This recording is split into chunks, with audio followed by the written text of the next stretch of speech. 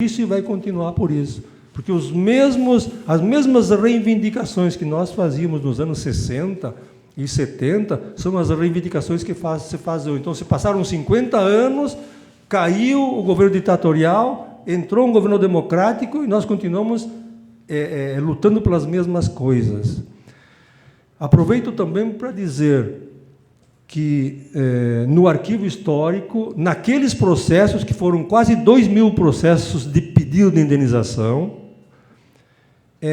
constam as histórias desde 61, quando a repressão, ao menos depois da era Getúlio, né, quando a repressão foi muito forte. E tem a região noroeste do estado, por exemplo, hoje, é uma das regiões mais pobres do estado, porque lá aconteceram atrocidades também. Dos militantes políticos do PTB, principalmente na época, serem presos em caminhões boiadeiros. Então, eu estou querendo comentar essas coisas que é para ver se as pessoas vão ter interesse de pesquisar naqueles processos que estão no arquivo, para que a gente possa realmente, porque só eu dizer isto, as pessoas não acreditam, porque é impossível, né, que alguns cidadãos coloquem outros num carro boiadeiro, presos na praça do município, e o padre na igreja dizendo que aqueles que estão presos no caminhão boiadeiro são os que comem criancinha, e agora provaram ao contrário. Então, estas coisas, elas devem...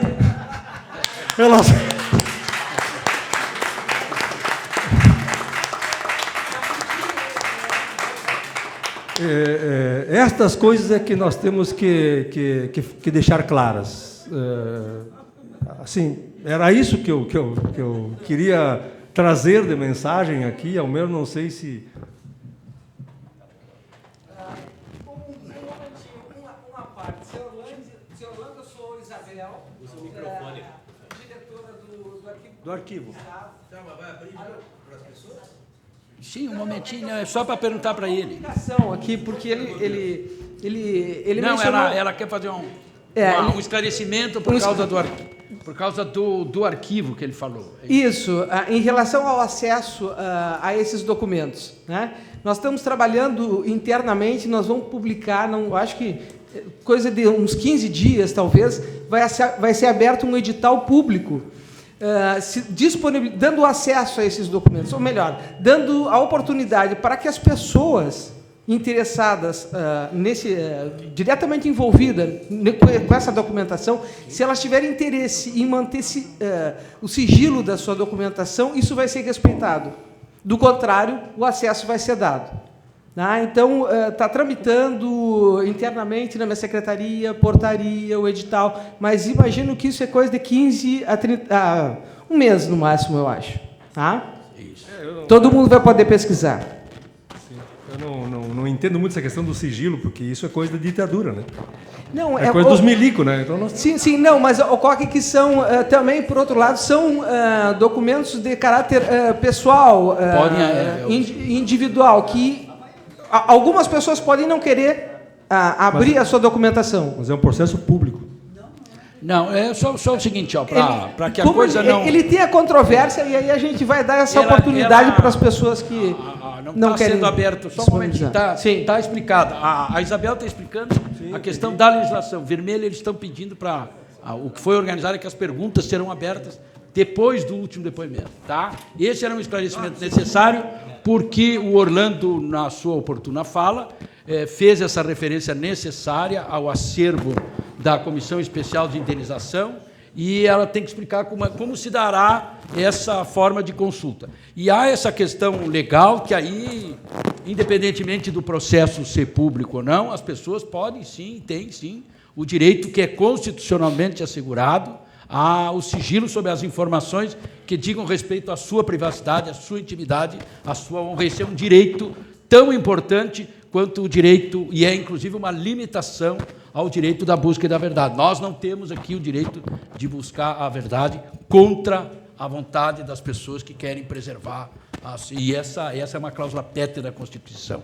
Tá? Assim como as pessoas corajosamente abrem a sua vida e contam para outras pessoas, isso é extremamente sofrido e elas têm o pleno direito de não querer revelar. E a gente tem que respeitar. Já aconteceu, inclusive, isso conosco lá na comissão de pessoas que, por razões aceitáveis, nós não ouvimos porque elas mudaram de ideia e entenderam ser muito doloroso reviver todo este processo.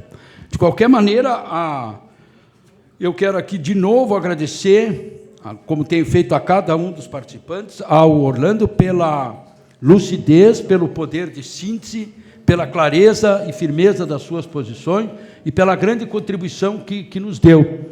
E se efetivamente tu mesmo não gosta, acha que não é muito interessante ficar entrando em detalhes sobre as torturas, e tu tem razão, porque passaste por ela, né? O que mostra que alguns não querem nem referir, tem direito também.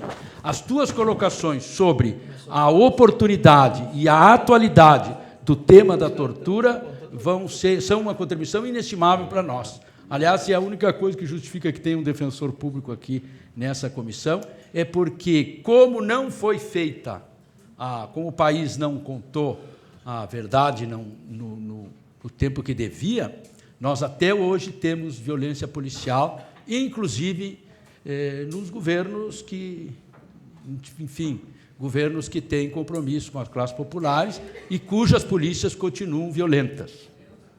Muito obrigado. Então, Orlando, eu só quero pedir assim, há uma pessoa da plateia, um senhor da plateia, que perguntou, é uma questão, também podemos relaxar por isso.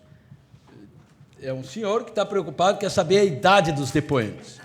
Por uma coincidência, tanto o senhor Antônio Espíndola, que já saiu aqui, quanto o seu João Batista Lopes, me contaram que tem 76 anos. Agora, o Orlando pode dizer a idade dele, se ele quiser ou não, e o Pedro vai falar agora também, porque eu não vou ficar arrancando esse segredo. Não sei por que esse cidadão quer saber de certo para situar Não tem problema. Eu, em 64, tinha 15 anos, então já está resolvido. Eu já tinha dito isso. E está bem conservado. Deve ser o vinho. Continua com o espírito juvenil. Deve ser o vinho. Muito obrigado. Eu gostaria, Guazelli, citar aqui a presença, a chegada do deputado Raul Carrion, que é um lutador pela democracia e sofreu muito também as agruras da ditadura militar. Nos honra, companheiro, estar aqui lado a lado contigo. Ele é um futuro depoente, inclusive, lá na comissão, né, conforme já estamos em tratativa. Eu gostaria de passar a palavra, então, ao Pedro Machado... Pedro Machado Alves, eu ia dizer Machado Lopes por causa do saudoso general Machado Lopes, um dos heróis da minha longínqua infância lá na Vacaria, na legalidade. Então, Pedro Machado Alves, que hoje é segurança do trabalho e era, na época... fresador, ele me explicou hoje o que é um fresador, que eu não sabia, ferramenteiro, foi também sindicalista, metalúrgico, em homenagem ao Raul Carrion, foi também, não sei se é ainda, militante do bravo PCdoB, e foi preso de abril a maio de 69. Pedro, por favor, a palavra é tua, já sabe mais ou menos como funciona a coisa. Caminho, né? Boa tarde a todos. Eu... Como disse o seu Pedro, eu comecei a minha militância entre 61, que deu aquela legalidade, né? Eu estava saindo do quartel, mas já estava uma agitação muito grande, e ali comecei a me integrar, a me preocupar com a situação do Brasil, do país, né? Tinha vindo do interior para o quartel, para servir, né? E servindo, fiquei aqui. Então, dali a gente começou a trabalhar junto com o pessoal da Juventude Liberal Católica. No quartel ainda conheci umas pessoas que é ligada ao movimento católico, né? 18R, serviço 18R. E aí, mais tarde, saindo do quartel, fui trabalhar na indústria metalúrgica. Trabalhei na Miqueleto. Naquele tempo não era ainda indústria Miqueleto, era Cipriano Miqueleto. Eu conheci o seu Cipriano Miqueleto, era um senhor já bastante idade. Eu era um garoto, ele andava pelo pátio lá, pedia para levantar a meia dele, que fugia, apagar a luz, que gastava muita luz. E ali a gente começou a minha militância. Ali na Miqueleto era um campo muito fértil para fazer o pessoal para começar um trabalho político.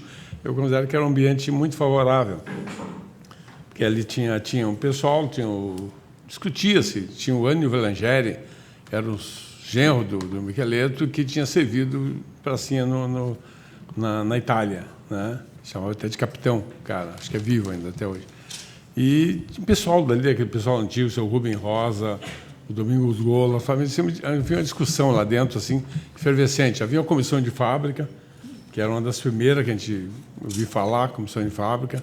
Em seguida, me colocaram como elemento novo para fazer parte dessa comissão.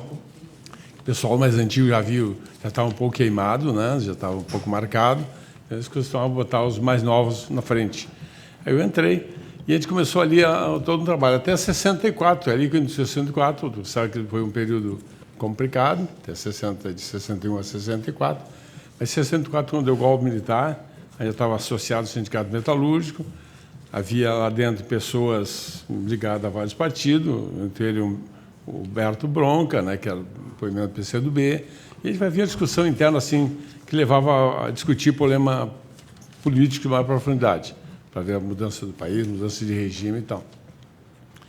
Com o golpe militar de 64, houve intervenção do Sindicato Metalúrgico. Houve uma junta interventora, interviram, destituíram a direção, ficaram lá num período, não lembro bem quanto período ficou. Depois disso, levantaram a interdição, mas passando para 3 elementos da diretoria do sindicato da época, liderada por José César de Mesquita, né, que era o elemento que estava ali há bastante tempo, e tinha um pessoal da composição, os mais radicais, que era o mais radical dele era o Luiz Vieira da Silva, era um cara que era do Partidão, ele tinha formação na União Soviética, ele que coordenava, era o secretário-geral de um cargo político. Então, assembleias e propostas mais radicais, sempre o Luiz Vieira é que realmente puxava ali. Mas quando ele aceitou, já havia toda discussão política, mas quando ele aceitou ser o interventor dos militares, ele acabou se queimando totalmente com a diretoria, com a categoria, né? E nós passamos a rejeitá-lo. Mesquita, José César Mesquita, exato, né? E quando voltou essa junta interventora, obrigado, Raul, o Luiz Vieira não veio fazer parte dessa comissão diretora, só voltou 2 pessoas escolhidas por eles, que era o Sadia da Conceição, o Mesquita e outra pessoa, que era o Luiz Matias Duro, né, que ficaram nessa comissão de dirigência sindical. A partir daí, então, a discussão tornou-se muito acirrada, discutir o que fazer, levantar o que era a ditadura, o que era aquele movimento, era ditadura, era golpe militar, a gente dizia que era um golpe militar, a pessoa dizia que era ditadura, e aí a gente, muitas discussões internas. E a gente, então, começou a se propor a saída do Mesquita, daquele pessoal que tinha aceitado ser os interventores do sindicato. Se propôs várias vezes, em reuniões propôs, uma vez que coube a mim propor a saída dele, o pessoal aplaudiu, votou a favor, e no final o pessoal reverteu, disse que não tinha condições de dirigir todo aquele patrimônio que tinha, né? E aí a gente, favorecido até pelo cara que tinha sido caçado, pelo Luiz Vieira, que era muito bom orador, ele pegou o microfone, andou pelo meio da plateia dizendo que não ia falar, mas naquele tempo ia falar em defesa do patrimônio da entidade, que nós não tínhamos condições de dirigir, e era eu, um outro, Luiz Castilho, que era também de Miqueleto, era um cara ligado à Quarta Internacional, o Jair de Andrade, que era, naquele tempo, um cara daí da Teatro de Arena, fundou depois o Teatro de Arena, naquela época. Ele trabalhava na Springer, né? Então, o pessoal dava um certo corpo assim, para poder dirigir o sindicato, né? E, voltando daquilo ali, a gente passou para formar a oposição. Fez várias oposições. A primeira oposição que a gente montou fez uma série de votos, mas ainda com os trabalhadores que só não tinham condições de se organizar. Participou naquela época, o Raul depois veio dar uma força para nós, ele chegou um pouco depois. Na época, a gente estava lá o Heriberto Bach, chamado Orlando na época. Vocês devem conhecer ele, foi vereador também, depois se elegeu vereador aqui em Alto Bac. Foi o cara que participou com a gente e tentou Isso que ano era, Pedro, mais ou menos? Oi? Que ano era, mais ou menos? Isso, 66, 67, pela aí, não lembro bem. Pela aí, né? E o Heriberto militava onde? Militava, ele era um No cara... Partidão? Onde é que ele era? Foi bem sucedido depois pelo Raul, né? Porque o Raul foi outro que... Ele era ligado à quarta, né? Tinha um pessoal... Aquela chapa foi 65. 65? Pedrão quis ser candidato, pediram o atestado ideológico, ele não tinha. Foi, depois foi ele. Aí ficou o Scherer. Ficou o Scherer. Mas a gente foi, depois, nesse meio, houve um congresso no Rio, né? Congresso metalúrgico no Rio, e lá o Tiradentes é o patrono, né? O Raul vai me ajudar bastante, antes do Sindicato Metalúrgico, e saiu a carta de princípio com o Tiradentes enforcado ali, tá? Aí, como era normal, né? Mas o pessoal não aceitou aquilo, simplesmente caçou o direito político. Então, eu, o Luiz Vieira, aquele pessoal, tiveram os direitos políticos suspensos. Então, a gente ficou um período muito complicado. O que era aquilo, o que podia fazer, o que não podia fazer. Então, olhou todo aquele movimento assim. Mais tarde... E o emprego, tu chegasse a perder ou não? Oi? O emprego lá na Miqueleto, tu perdesse? Não, eu saí ainda, mas não muito. Acho que foi ligado à polícia, mas não tive prisão lá. Foi ligado, saiu de lá, saiu o Luiz Castilho, saiu um pessoal, o Huberto Bronca, que era o nosso amigo camarada ali, né? Que no momento ele saiu e a gente sabia que era problema político e discutiu com o Domingos Gol, o pessoal todo discutiu, mas sabia, mas não havia aquela exposição. Hoje está muito mais fácil falar, mas na época a gente não se falava, mas não sabia o que correr, a coisa não era tão clara assim, né? Ninguém se sabia até se realmente o que os militares pretendiam, né? A gente achava que podia, alguns achavam que era podia ser coisa trazendo coisa boa, outros, então a gente tinha dificuldade até para provar que era ruim, né? Que a situação não era desejada. Mas então depois nas eleições seguintes suspenderam o direito político meu, do Luiz Vieira e das pessoas. Na eleição seguinte, aí o Humberto Bach já havia saído fora e chegou um reforço que foi Raul Carrion, né?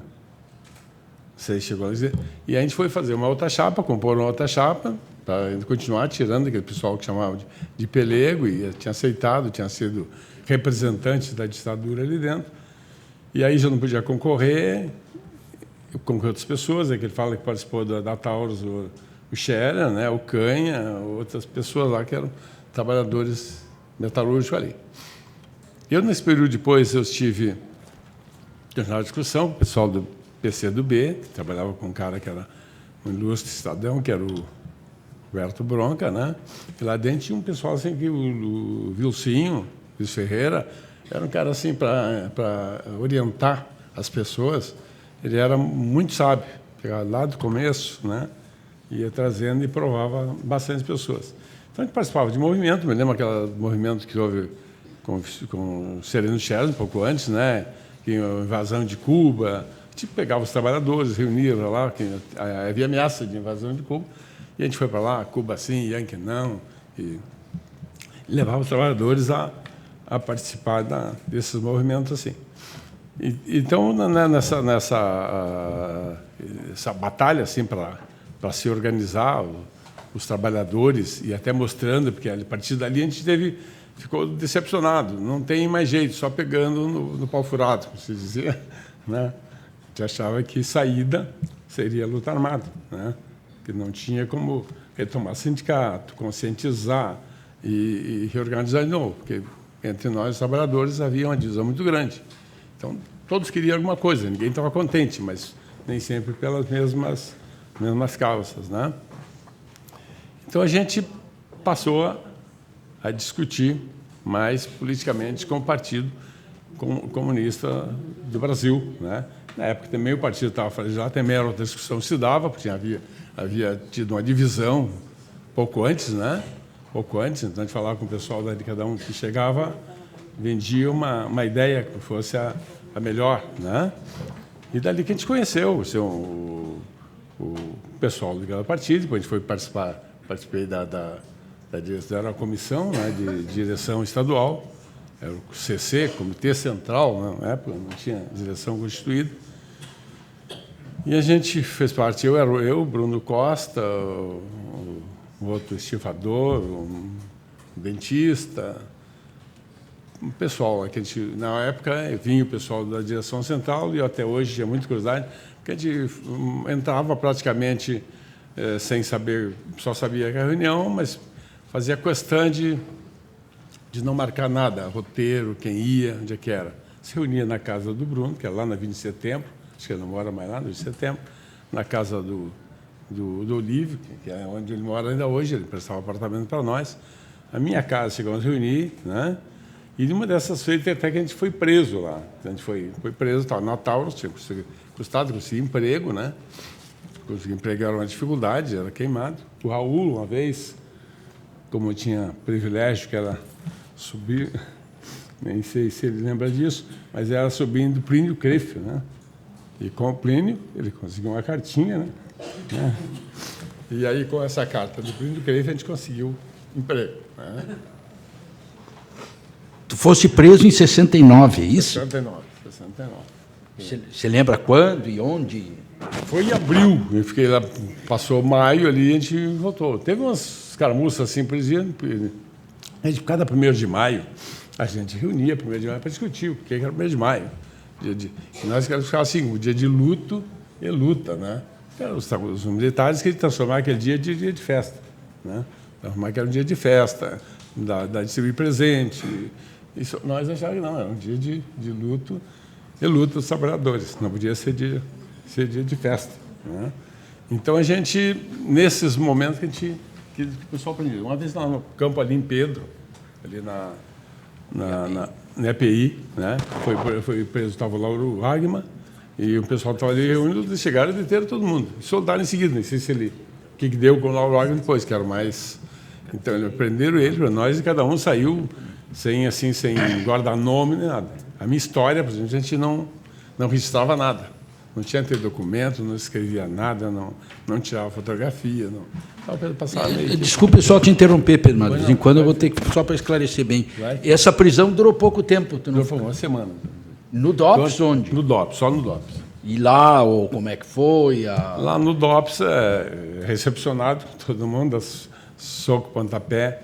A gente foi preso, então, quem conhece o DOPS tinha uma cela, né, uma porta grande, mas bem assim que a gente não tinha que comunicava cada um individualmente. E só tinha um jeito de a gente se comunicar, que botar um pulso para fora, né, que é as grades, e cerrar o punho para dizer que se mantesse firme. Pelo menos essa mensagem que a gente conseguia passar para os companheiros. Eu estava lá, uns berrando, tinha cara que pegava o colchão, rasgou a dente lá, fez sujeirada menor, e um se mantinha mais lúcido, mantava firmeza. Foi lá, ia depor na volta, viu um jeito de passar o sinal para os companheiros que a luta continuava. Eles sabiam que tu tinhas militância no PCdoB? Sabia. Eu tive assim, eu coloco as pessoas que fui favorecido, porque lá foi pontapé, soco, tortura e tal. Eu não tive em Pau de Arara, mas muita coação psicológica. Prendia, vendava os olhos e fazia que dá tiro, comentava com os olhos vendados esse nós vamos tomar medidas corretas para que não venha boiando no rio, que tinha aparecido o Manuel Raimundo boiando. Já tomaram medidas corretivas, agora esse nós vamos largar, ninguém vai saber, esse vai desaparecer de vez. Você estava escutando ali, mas não podia interagir ali. Então, isso a gente realmente tinha toda essa tortura ali. Que eu te falo assim, então ele batiam, mas é o que eu estava falando, da sua pergunta. A pergunta que eles faziam lá, que insistiam muito, eu só fui saber depois quem era a pessoa, até que era o tal de Donário. Tinha uma caminhonete, eles tentavam ajudar, tinha uma caminhonete azul e branca, e tinha um advogado que faleceu até há pouco aí, que era dono da caminhonete, mas na época eu realmente não conhecia o cara, que era o grande medo, assim, a gente não era nem de morrer, né? A gente estava preparado para isso, né? O que devia levar lá e delatar os companheiros, que era grande preocupação do que falar para não comprometer o resto, né? Então eles eu tive sorte nesse sentido, que eu fui depondo, ligado àquela movimento religioso que a gente tinha, e sindical. Então, tudo que eu apanhei ali foi perguntando quem era o seu donário, que tinha uma caminhonete, quem era o advogado, que era um pessoal do partidão que realmente eu não era conhecido. Quero ser mais difícil perguntar se quer o Raul, eu, conhecendo que o Raul me esquivar, né? Mas é uma pessoa que eu realmente não conhecia. Então, por tudo que eu passei lá apanhando, mas eu saí bem, assim, nesse sentido. Que era o grande, eu saí honrado, porque não denunciei ninguém. E até foi, na época, não foi assim valorizado o suficiente, eu não valorizei, porque depois daquilo eu continuei na direção do PCdoB. Era eu, o Bruno, o jogador, o Lauro, o pessoal, a gente continuou a fazer a militância normal e sindical também, com exceção de que estava com os direitos políticos suspensos, não podia concorrer, né? Mas trabalhar a gente podia, e sem maiores preocupação. Se você também dissesse, na época lá, que você esteve preso, esteve lá e voltou, você também acabava sendo... as pessoas fugiam de você também, né? Você não tinha... Vai lá, sai, continua trabalhando, que... você tinha... O pessoal tinha um certo... foi lá, por que foi, voltou, por que fez, o que disse, o que não disse, até provar o que disse, qual foi o comportamento. E eu preferi deixar assim, né? Trabalhei, acho que quando o Raul chegou, soube depois que eu estava por suspenso, mas da prisão, acho que ele foi saber mais tarde até, né? Então, a gente não... Eu achava que era um fato sumadeiro, fazia parte da luta, né? E que a gente está preparado para isso. A gente estava lá preparado para... Daí vieram, né? Tinha um pessoal do Miqueleto, ali eu frequentava, costumo dizer que era um campo muito fértil, porque ele ia no Sarmento Leite, bem no início do Sarmento Leite, do lado tinha a Carris, que a Carris é bem do lado, a direção toda da Carris ali, a direção dos funcionários da Carris, tudo ligado ao Partido Comunista. Você seguisse a João Pessoa, lá tinha um restaurante universitário, o RU, e ali tinha até o Hélio Corbellini, fazia muita agitação na época lá, da RU, né? Do outro lado da frente de todas as faculdades, né? Filosofia, inclusive a esposa, a Marilene Corbellini, uma pessoa que estudou lá e se fazia muito sentido. E dispunha também no salão que era a Redenção, que a gente saía, meio-dia almoçava, saía caminhando na Redenção. E ali tinha banco, a gente podia conversar um pouco. Então, ali eu conheci o João Carlos, a sobrinho. O João Carlos era estudante, estava formando em medicina, mas ia discutir com o pessoal do PCdoB, tinha lá o Careca, o Andrade, todo mundo com seu nome de guerra, né? E a gente não fazia questão, o Iosp, um cara que eu nunca mais vi, gostaria de ver, né? E pessoal que me deu o norte, assim, para discutir politicamente com ele. Eu acho assim, do movimento sindical, nós achávamos, entendo que a formação tinha que ser pela base, havia uma discussão, vamos dizer, dos trabalhadores que eles tinham que fazer por si só. A gente dizia, não pode contar com a pequena burguesia, né? Chamava nós de pequena burguesia, porque não conseguia organizar uma chapa sequer de oposição se a gente tivesse o suporte externo, né? Então, a gente queria dar condições aos trabalhadores para que eles pudessem dirigir seu rumo, né? E internamente, havia uma discussão que eu considero que até hoje continua, que eu me lembro que o Vieira, os caras diziam, a gente perdeu tirar a direção em função de que tinha um patrimônio. Estavam lançando sede campestre lá de cidreira,